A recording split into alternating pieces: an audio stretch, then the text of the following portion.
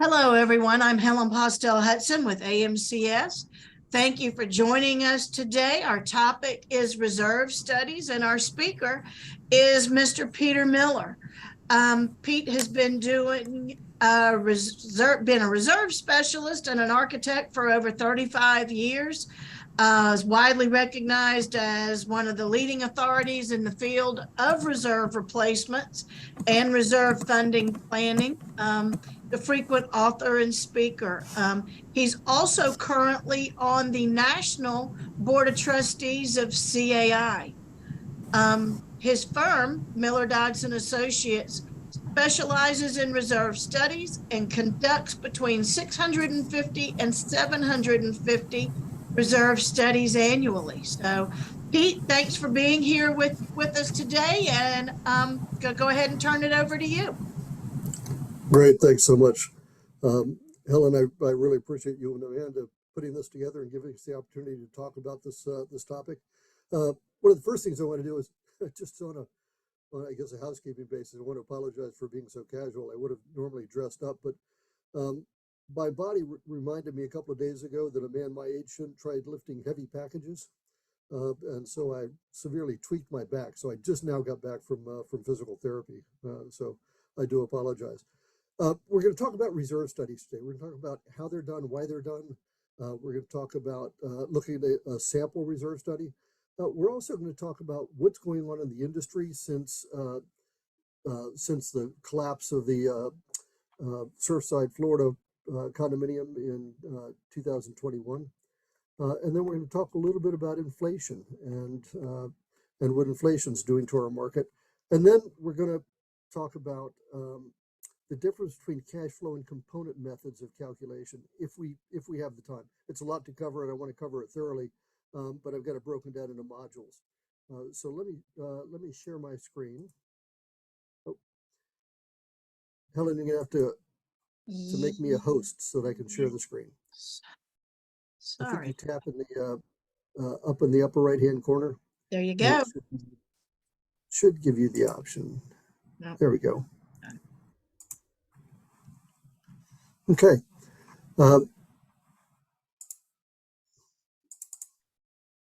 Okay, there we go. So again, we're going to cover a lot of stuff. Reserve studies, why we do them, successful reserve studies. I want to emphasize that the board is involved in the reserve study from start to finish. And if there's one thing that you all take away from this presentation today, it should be this, that this is not a independent third-party audit of what you all are doing as a community association. It is a very interactive exercise. And the more the board is involved and the managers involved, the more successful the reserve study will be. So keep that in mind, and we're going to go over that in some detail in just a minute. So first off is reserve studies. Why do we do them and how? Robert Lyles, who some of you may know, an attorney in the Charleston area, said in one of our presentations that he thinks that the greatest duty of the board of directors is to protect, preserve, and enhance the value of the homes in the community. So protect, preserve, and enhance. And that's why we do reserve studies. So how does a reserve study protect, preserve, and enhance your community? First off, it ensures that the funds are available for replacements when they need to be replaced. So you don't have to put off replacing the roofs or top coating the roads or making repairs to the swimming pool. The money, if you're adequately funding your reserves, is already there. So you don't have to have special assessments. So the reserve study also stabilizes your assessment, minimizes the need for special assessments or precipitous increases in the assessments or bank loans. And the third way is it provides a means for everybody to pay their fair share over the years. And that's not always an easy sell. We'll talk about that in just a little bit. So why did we plan for reserves? You know, there's legal, practical, financial, ethical reasons why we do it. But before we get into that, let me introduce you to somebody. This is Betty Jones. She's a retired school teacher, lives on a fixed income, lived in your HOA for 20 years. She's not only a friend, but she's a close friend. She comes to your house for dinner occasionally. She's babysat your kids when your sitter fell through. You know, that kind of friend. And as a member of the board of directors, you're foreclosing on her home. So I want you to think about that for a minute. And how does that happen? Well, typically it's a lack of planning on the part of the board. Certainly something could have happened in Betty Jones's life that prevented her from paying her assessments. But when the Betty Joneses and the young couple with the new baby that just moved in are all of a sudden hit with a special assessment or hit with precipitous increases in the assessments because the board just didn't calculate the fact that they had to replace the roofs or the roads or the siding or whatever. So what happens is, in that case, they get hit with a special assessment, the precipitous increases in assessments. Those things hurt everybody. But for Betty Jones, who can't afford to pay, or for the young couple with the new baby down the street who can't afford to pay, the board is forced to take action. The board can't just say, "Oh, well, we understand, we'll let it go." You don't have that. You don't have that latitude. Your responsibility is to collect assessments equally and equitably and fairly from everybody in the community. So what does Betty Jones do when she gets that letter from the attorney saying that the association is going to start foreclosure proceedings? She's exhausted all her other avenues. She just can't pay it. So this letter shows up in the mail, and what does Betty Jones do? Well, first she has a good cry. Then she calls her sister and has another good cry. And then she calls her real estate agent, and she lists her home as a very, very motivated seller, right? Well, when we get into foreclosures, we always risk those unintended consequences. And there's always some smug SOB in the community that says, well, she seems like a nice person, but hey, maybe she just can't afford to live here anymore. Thank God I've got all this home equity built up in my home and I can pay that special assessment.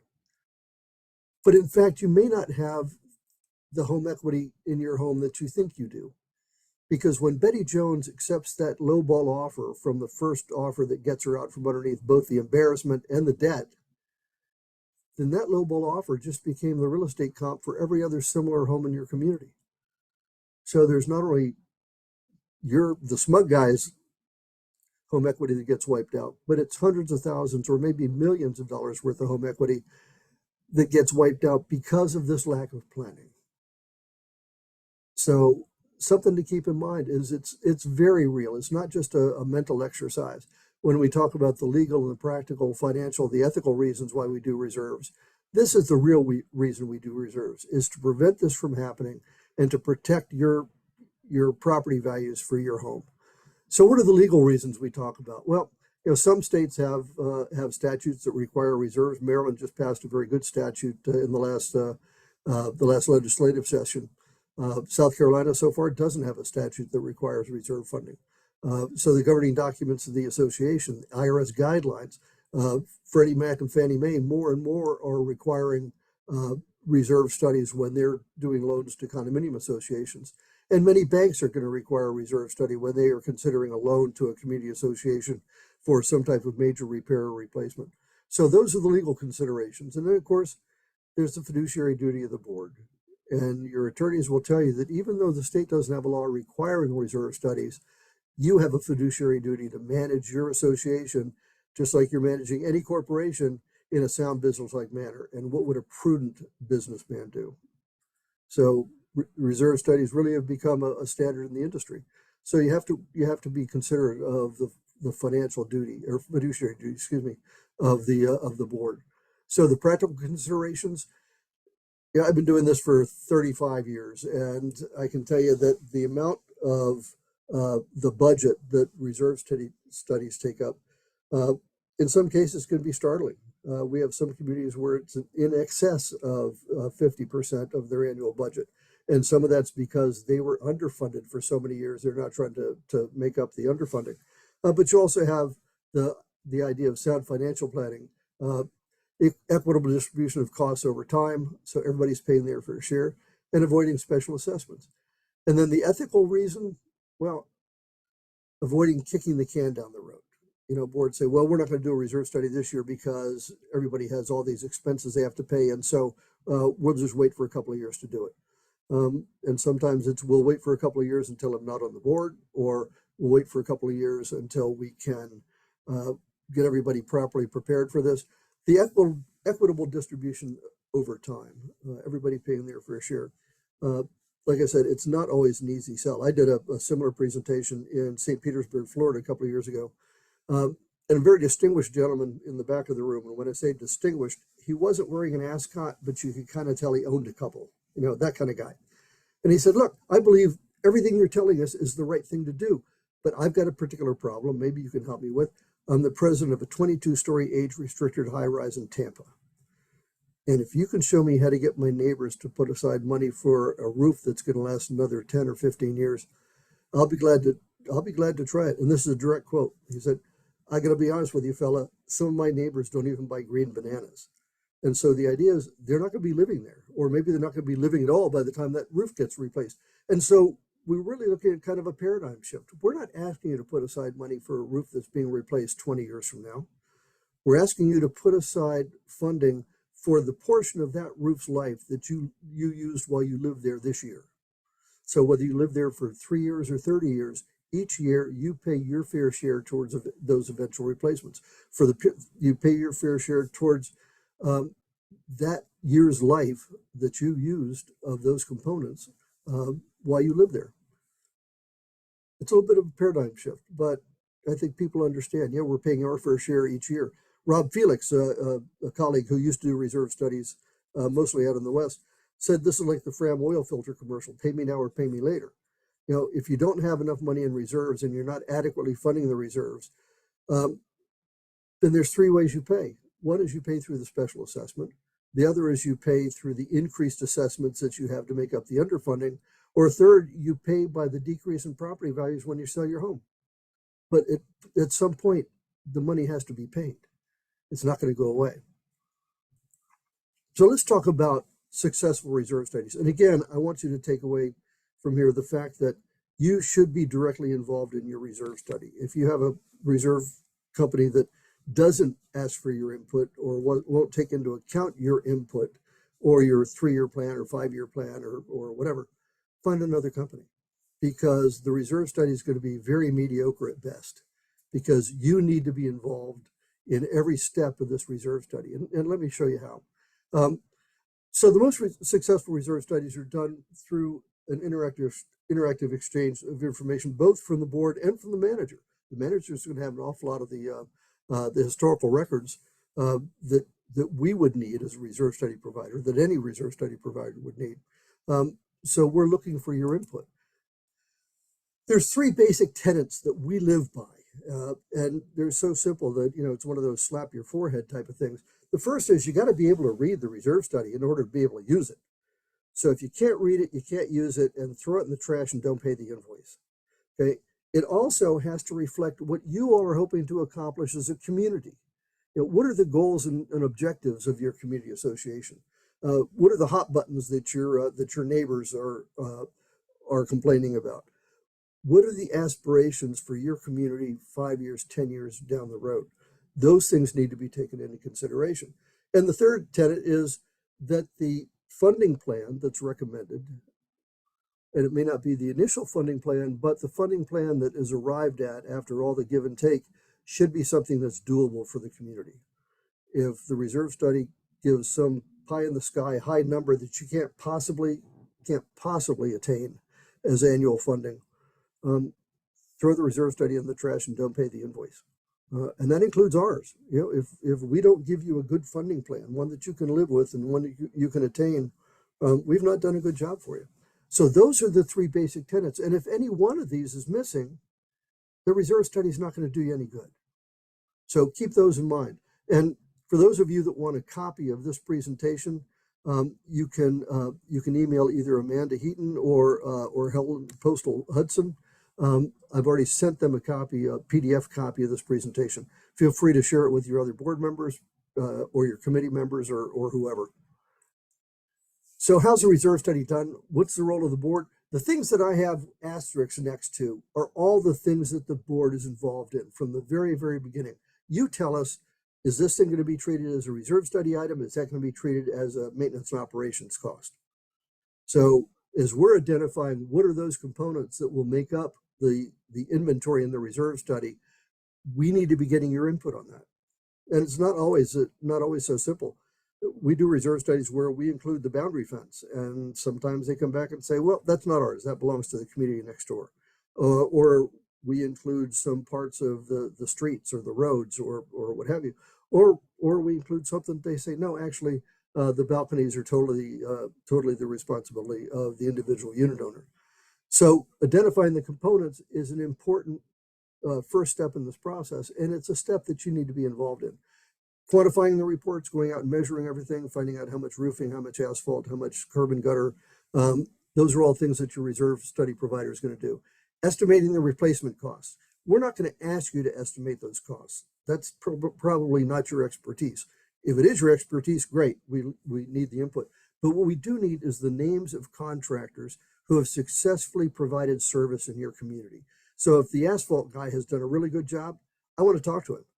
If the siding guy or the roofing guy or whoever is doing the white coat on the pool, if they do a good job, they're going to be the best source of site specific pricing that we can put in the reserve study.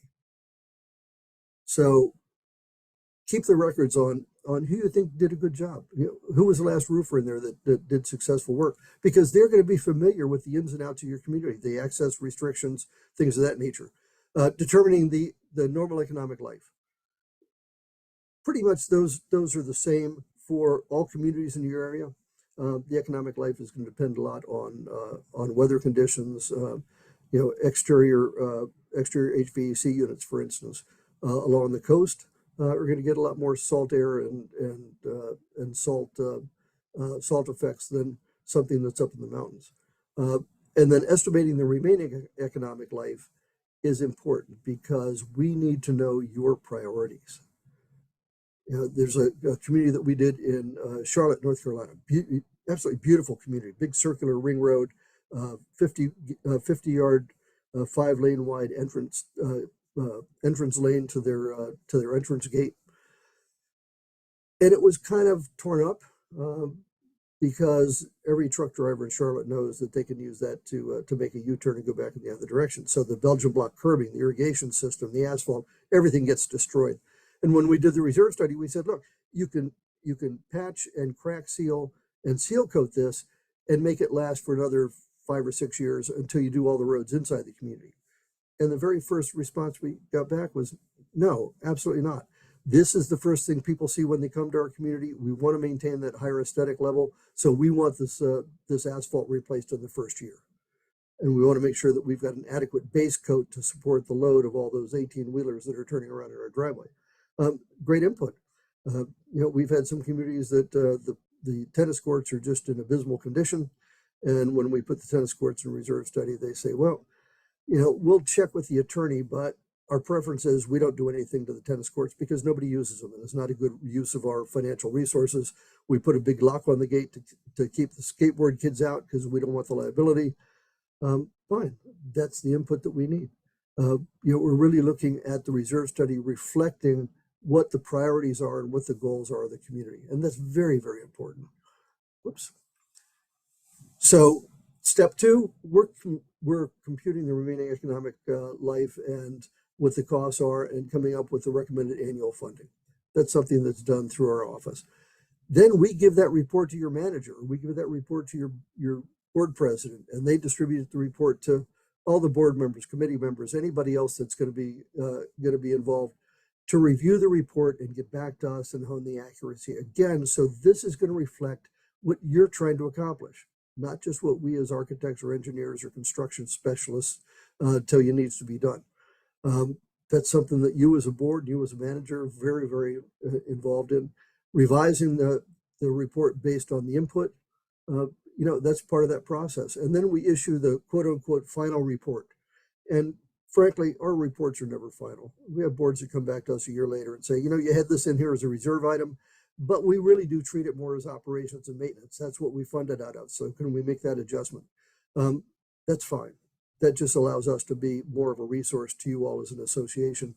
And it's typically not something that we charge for unless there's a whole bunch of changes that you'll want to make. And then we do it as a level 3 reserve study update, which is updating the reserve study without coming out to the site to look at the conditions. The other services we provide are this. If you all want to have a Zoom meeting and present this to your board, or understand it to the board, or answer questions or whatever else, we're glad to. If you want us to explain it to your association at your annual meeting, that's fine. We'll be glad to. It costs an hour of our time, and we're pretty flexible as far as that's concerned. And then, of course, the board and the manager have the responsibility to make sure that the reserve study gets updated every 3 to 5 years. And I advise our clients this: if you're an older community that has a lot of things that are going to have to be replaced in the next 3 to 5 years, especially with current inflation the way it is, update your reserve study every 3 years. If you're a brand new association where there's not a whole lot of replacements going on, everything's relatively stable, 5 years is probably good. If you're a middle-aged community, again, because of the inflation that we have in today's construction industry, you probably should be looking at 4 years. If you're a community that just wants to get an updated reserve study based on the reserve study that somebody else did for you, all of us in the reserve study industry do what's called a level 2 reserve study update, where we come out to the site, we look at everything, but we're using the inventory that was developed in the first reserve study as our starting point. So it's a little bit less expensive than a level 1 full reserve study. And so then you got the level 2, and there's also a level 4 reserve study that typically is done by developers when they're just starting a project. They want to get the reserve started on a sound footing. So any questions so far that you all have? Go ahead and use the chat feature and send them to Helen or to Amanda. And as they come up, they can interrupt me, and I'll answer the questions. So let's look at a sample reserve study, because it's important that you know where the recommended annual funding numbers come from. It's not just some shell game, and it's not rocket science. Here's a reserve study that I have used for years as an example. A beautiful 100 and something unit townhouse condominium in, actually, we changed the name, but it's actually just outside of Charleston.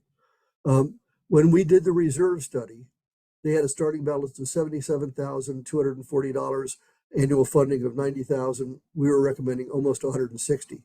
And so the increase between what they were putting in and what we were recommending, and let's just round this up to $150,000, we were telling them that they needed to make a $60,000 increase in their reserve funding. And you can imagine the response that we got was, holy crap, what are we going to do now? Well, once we went through and we adjusted and made all the revisions to the numbers based on their input, we were able to handle it. This is a typical reserve study page. So you've got a listing of all the components, you've got a listing of the quantity, you've got a listing of what the total replacement cost is based on the number of units times the unit cost. And then, very importantly, you've got the normal economic life. How long should these components last in your specific environment? Because that establishes how often they're going to be replaced. If you're doing a 30-year study, then the things that you have that have a normal life of 5 years are going to be replaced a number of times. And then, most important, the remaining economic life. We're not telling you that you have to replace all these things in a specific year, because we don't have a crystal ball. But what we're telling you is, this is the year that it's going to be prudent to have the money available for that replacement. And your reserve study could be 2 pages, it could be 10 pages, it could be 100 pages. It just depends on how complex and how large your community is. So again, the individual items, the replacement cost, the normal economic life, the remaining economic life. We take all those remaining economic life numbers, and that dictates where in this calendar, where on these calendar pages, that particular component is going to show up. And you can see in some calendar years, we've got very little replacements. In some, we may actually have no replacements. But then in other years, we've got a lot of large things that come up. The EFIS coating, for instance, for this, the windows that are starting to get replaced. So you see there's a very large projected expenditure, but this isn't a work list. We're not saying you have to do all these things. We're saying that this is the year that we feel that the funding should be available for these things. And for some of those things, the board and the manager are going to say, well, we just did that 5 years ago, so we should have at least 5, 10, 15, whatever years left. If you look at the projected totals in the bottom of each of these calendar years, and we look at this as a bar graph for each individual year, Again, you can see that some years have zero, some years have very little. Some years we've got a large spike in assessment, large spike in expenditures.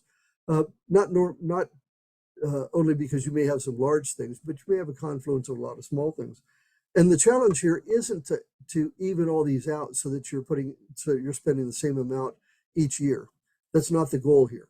When we look at this graph, it tells us some years we have nothing, some years we have a whole lot of expenditures, but over a 40-year period of this reserve study, on the average, we're projected to spend $140,000 a year and some change, $140,403. So $140,000 is the average in today's dollars that we're looking to spend over the 40-year period of the study. Instead of looking at it as individual bar graphs, if we put those bar graphs together and make this a cumulative graph, the orange here is how your expenditures accumulate over a 40-year period. And we plot against that how much the association is currently putting in their reserve study, which is 90,000, and how much we're recommending, which is just under 150,000. So this tells us a number of things. One is it's very obvious that the longer the board waits to bring their reserves up to the recommended level, the bigger the difference is, the more reserve underfunding they have to make up. But it also shows us that for the next 12 years or so, maybe 15 years, we're not in too bad a shape. So we actually have the latitude to ramp up slowly instead of having a $60,000 increase all in 1 year. So again, this is once after all of the numbers have been scrubbed, the board has given us their input, everybody's happy that the data is correct.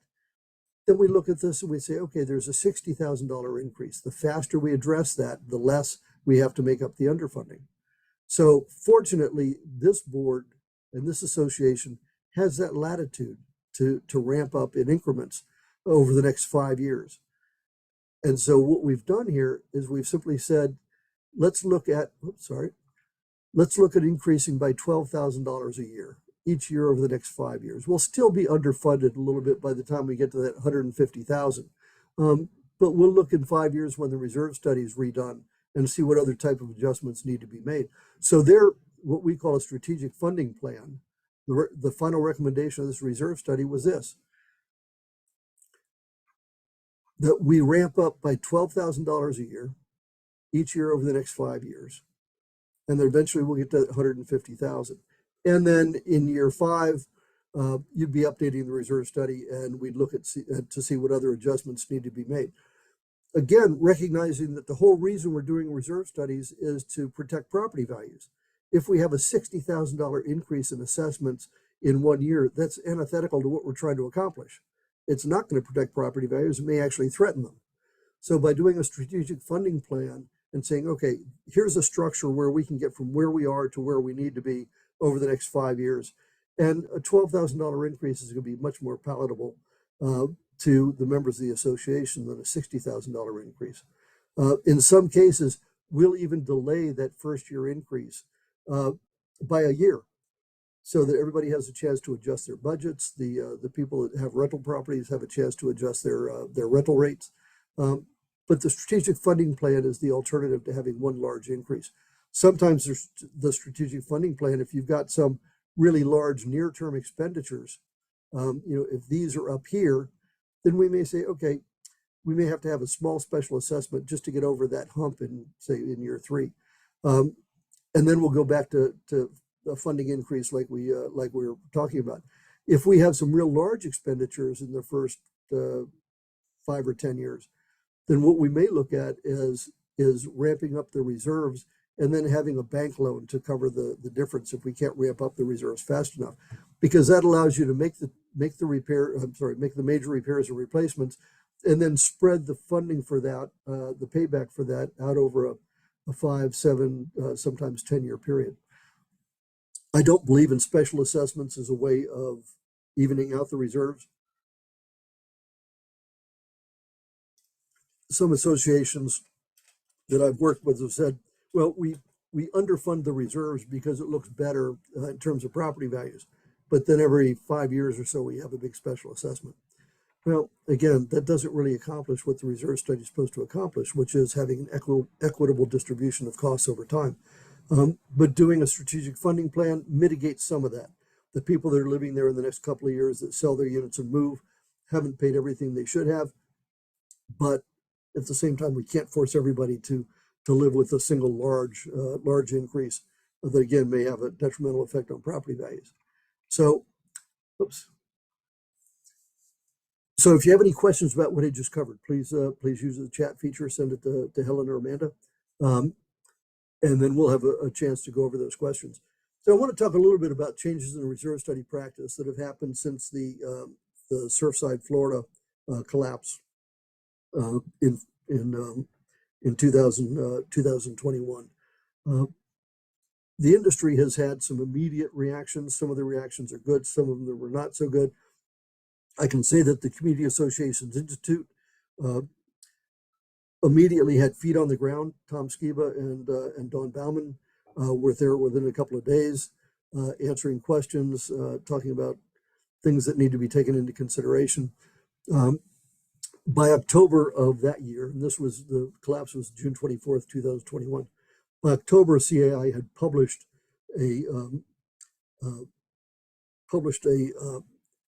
small book, a publication that addressed some of the questions that had to do with maintenance and structural integrity in reserve studies.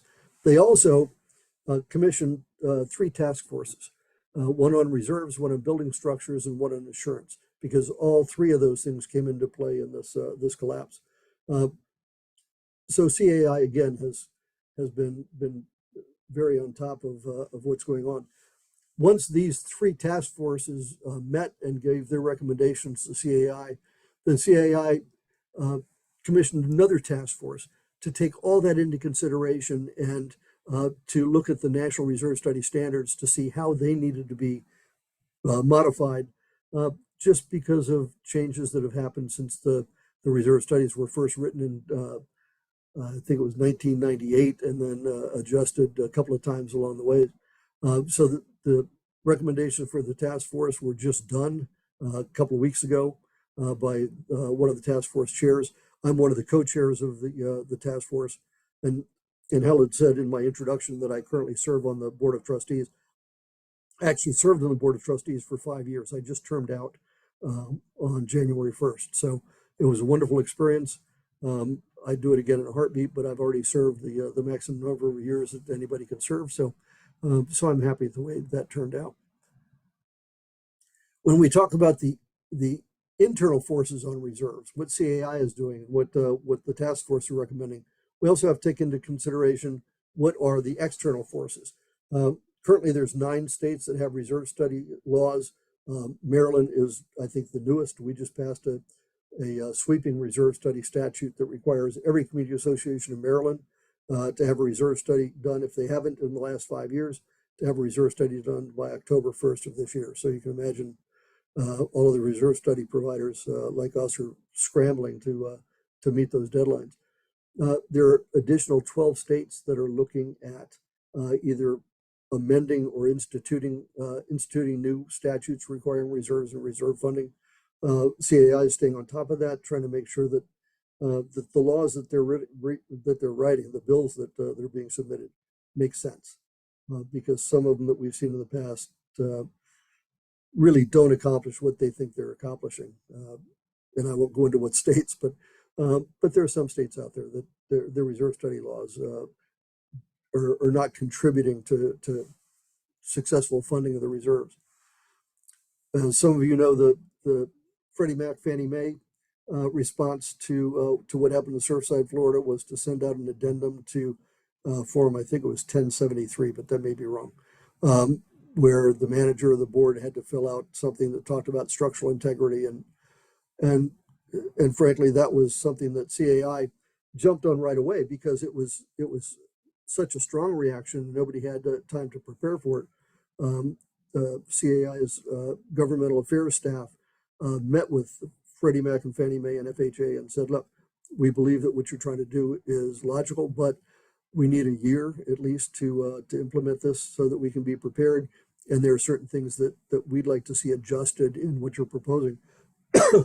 So again, CAI has been very on top of what's happening on a national level. And just interestingly, in 2020, before this building collapse, there was a think tank part of CAI's Foundation for Community Association Research, FCAR, that published a 40-page publication on aging buildings and aging infrastructure. So even before this, the Surfside Florida tragedy, CAI was staying on top of what's happening with our older buildings. So the other external forces, we'll talk about these in a little bit more detail, but inflation. It's important that we understand the difference between the consumer price index, which used to be the cost of living index, and the producer price index, which used to be the wholesale cost index. And it affects construction nationwide, and it's surprising how much the inflation rates change. And then we look at the supply chain disruption that we still have not recovered from. Of course, the one aspect of that was COVID.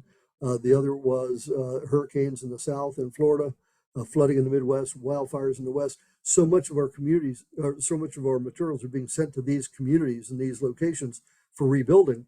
That adds to the supply chain disruption.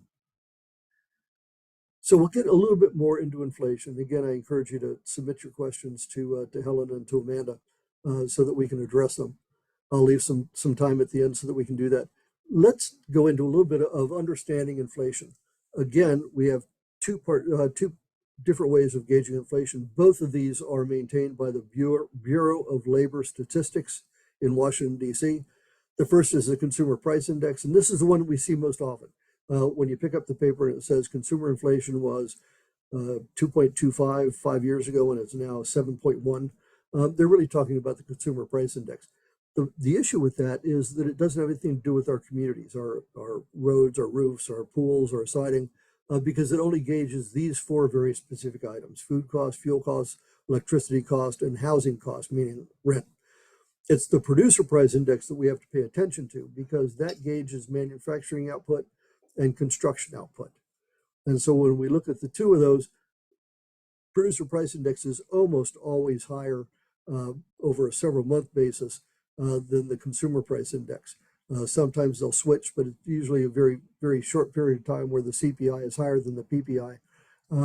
But we also have to understand how deep the number of items are that are maintained in the Producer Price Index. The other thing is that there are some organizations like the American General Contractors Association that sends out inflation alerts. And they talk about 3 years the construction industry is buffeted by unprecedented increase in material costs, supply chain bottlenecks, and tight labor market. They go on to say the Producer Price Index PPI for material and service inputs to new non-residential construction declined for the sixth time in 7 months. The Producer Price Index for goods, just general goods, sunk by 2.7%. So there is a fluctuation here. If we also look at the other inputs, PPI for non-residential construction was flat for the month of, I think it's probably November, but it was up 19.4% year over year. I mean, 19.4% as general inflation in the construction industry is huge. Now this is for non-residential, but we'll look at residential in just a second. There was also a letter submitted to Ken Symington, their chief economist at AGC, that said that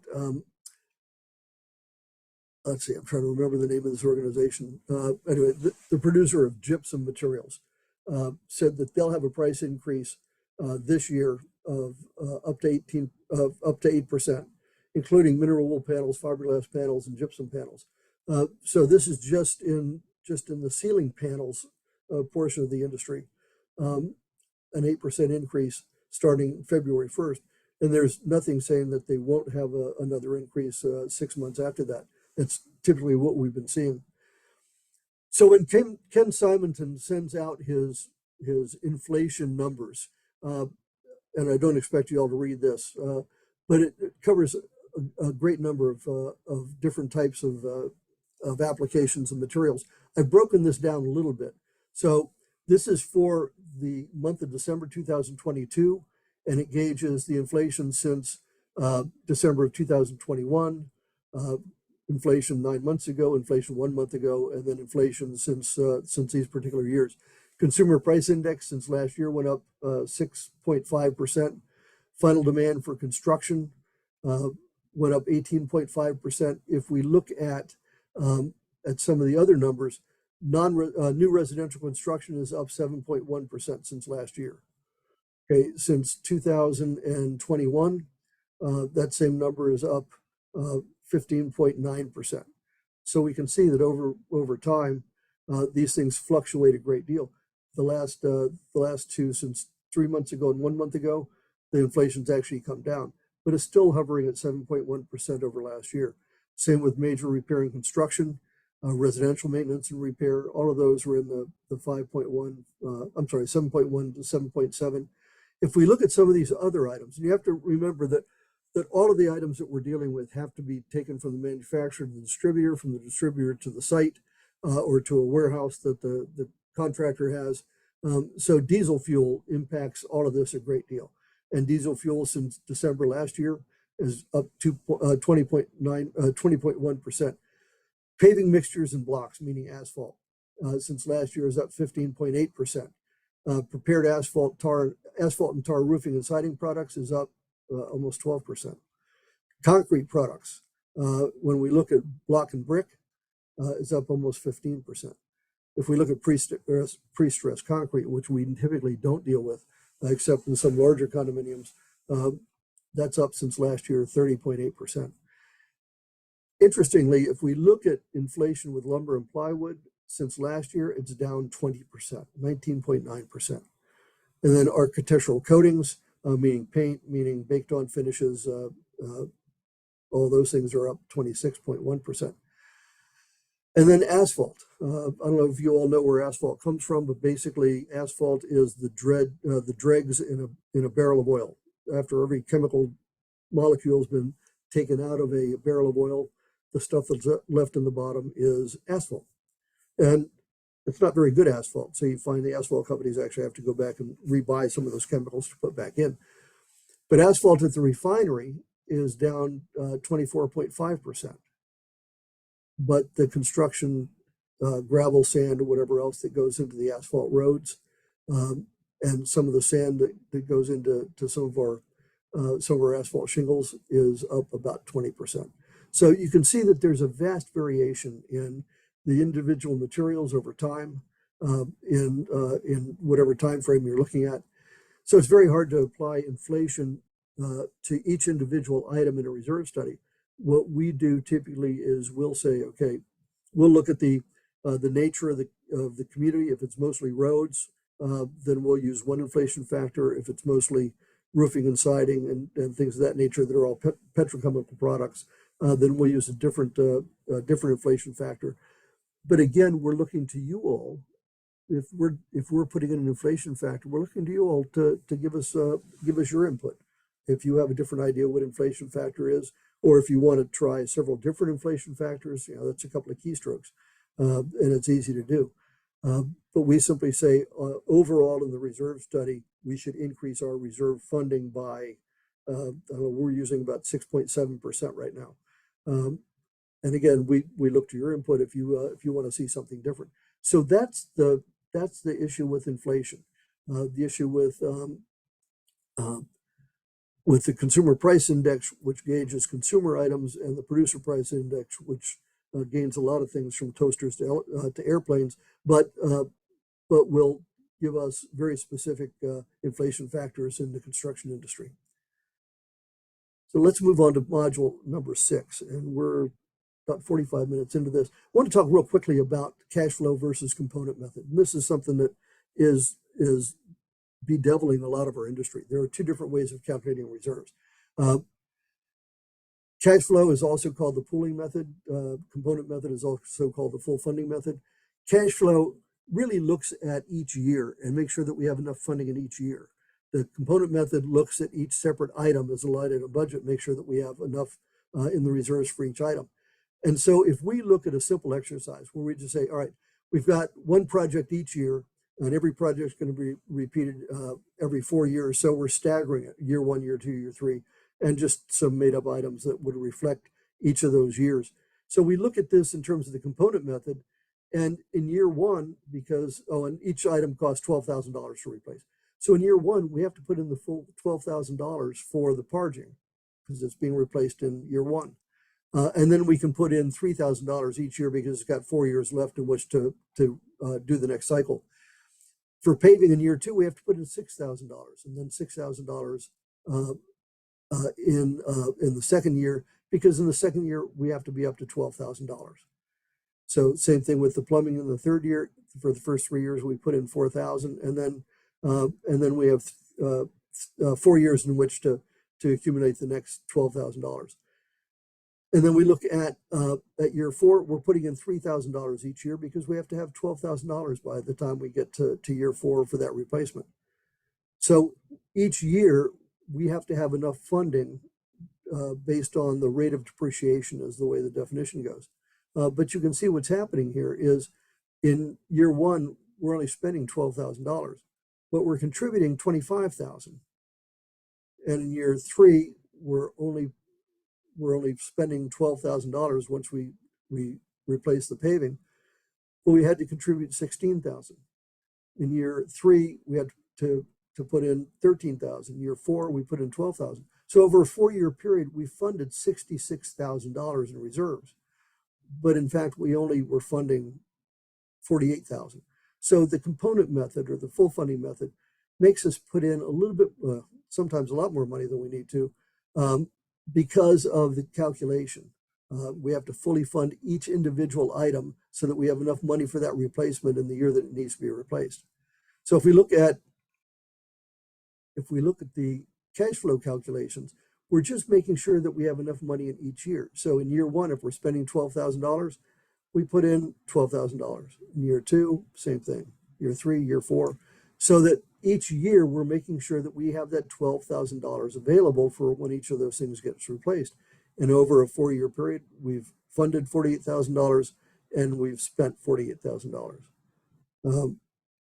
A little bit different from what we do with the cash flow method, the component method, where again, remember, we had to put in $66,000 over that 4-year period versus the $44,000. That's the basic difference between the two. If you're hiring a reserve study company that focuses on the component method funding, ask them to also run the numbers in the cash flow using the cash flow calculations. Most of them can do that. The ones that don't will do what's called proportional funding, which means we won't put in the full amount each year. We'll put in a portion that they gauge is adequate to not have a special assessment. To me, the most equitable way to do it, and the simplest way to do it, is just use cash flow calculations. So we're coming up on 50 minutes. I wanted to leave enough time in here for us to answer questions. Helen, do we have questions that are posted? Oh, you're on mute. Thank you, Pete. Question, where do you find an engineer to give a baseline of the condition of the building? This is a mid-rise and they are having a hard time finding this in the Charleston area. The best thing to do would be to go through your local CAI chapter, Community Associations Institute. Helen and Amanda can point you in that direction. They will have a listing for every product or service that's offered, from attorneys to the landscape maintenance people, pool people, reserve study companies, and engineers.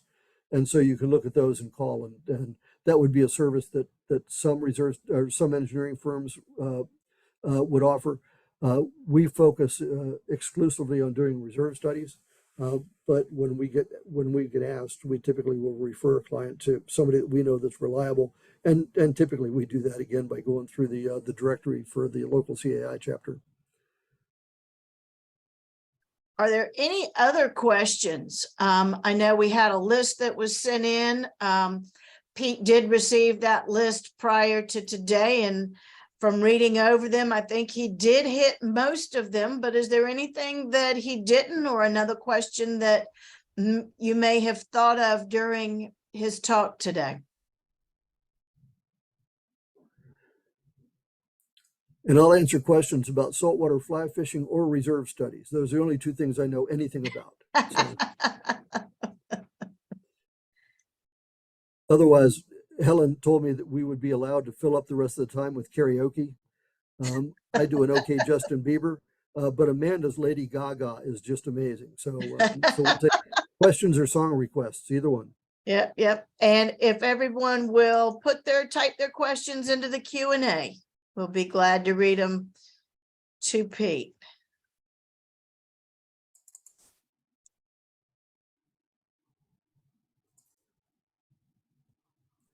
No questions, Helen? Not so far. And if anyone has any questions after the fact, we do have one that just dropped in, but if you think of something after our session is over today, please send it in and we will send it to Pete to be able to get an answer for you. So next question, what is the rule of thumb for determining whether reserve expense or operational repair? That's a great question.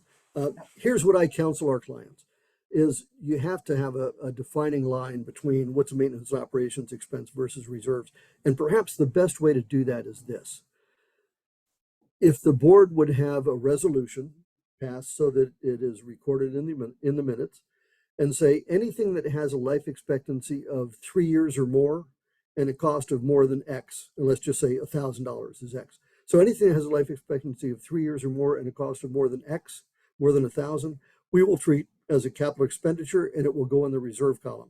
Anything that has a life expectancy of less than 3 years and a cost of less than $1,000 or whatever number you choose, we'll assume is going to be in the maintenance and operations expenses. We want to make sure that it's in one or the other. And you all are smart enough to know it's right pocket, left pocket for you. You're going to pay for it one way or the other. But we want to make sure it's not duplicated so that it's not in each column, each budget. And we also want to make sure it's not left out of both budgets. So if the board will pass a resolution stating what their reserve definition is in terms of life expectancy and cost, then from year to year, as board members change, it will be something that's recorded in the minutes and you can refer back to it. Good answer. Good answer. So, Pete, would like to thank you for coming today. We really appreciate your time. All of our participants, attendees, thank you for your time also. And we hope to see you next month for our next board of director trainings. That sounds great. I look forward to it. And hopefully I'll see some of you in Charleston for the South Carolina CAI Conference and Expo at the end of next week. So stay healthy. Thank you all for your time. I really do appreciate it. And again, if you have any questions, send them to Helen. She can forward them to me and I'll get back to you just as quickly as I can. Take care of everybody. Thanks, Pete. Amanda. See you next Thanks, week. Helen. Bye-bye.